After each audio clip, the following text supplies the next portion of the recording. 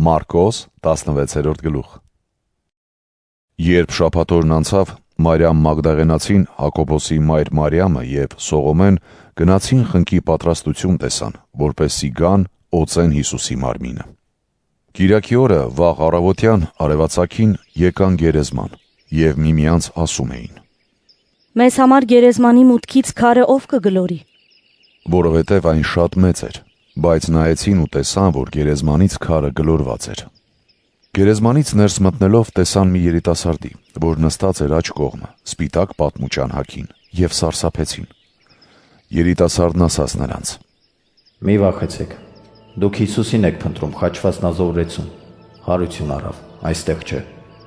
Ահա այնտեղ ուր դրել էին նրան,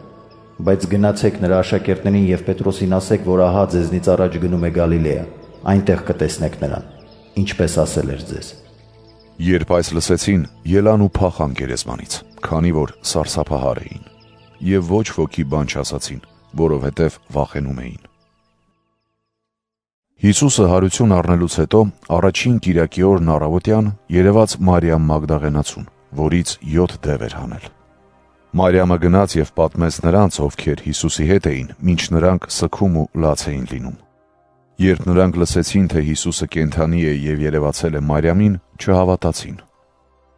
Հետո Հիսուսն ուրիշ կերպարանքով երևաց նրանցից երկուսին, ովքեր դեպի ագարակներ էին գնում։ Նրանք էլ գնացին և պատմեցին մյուսներին, բայց նրանք չհավատացին։ Հետո Հիսուսը երևաց 11-ին, երբ նրանք սեղան էին նստել։ Նա հանդիմանեց նրանց իրենց անհավատության ու խստասրտության համար, որովհետև չէին հավատացել նրանց, որոնց ինքը երևացել էր մեռելներից հարություն առած, և ասաց նրանց. «Գնացեք ամբողջ աշխարհով մեկ և բոլոր արարածներին քարոզեք ավետարանը։ Ով հավատա և մկրտվի, կփրկվի, իսկ ով չհավատա, կդատապարտվի։ Այն նշանները կուղեկցեն նրանց, ովքեր հավատում են։ Իմ անունով դևեր կհանեն, լեզուներ կխոսեն, ձեռքով օձ կբռնեն, և եթե մահացու որևէ թույն խմեն, չեն վնասվի, հիվանդների վրա ձեռք կդնեն և կբժշկեն»։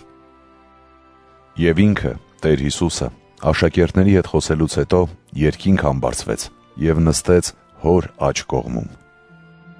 Իսկ նրանք գնացին և ամբողջ աշխարհում քարոզում էին ավետարանը։ Տերը առաջնորդում էր նրանց և նրանց քարոզչությունը հաստատում հրաշքներով։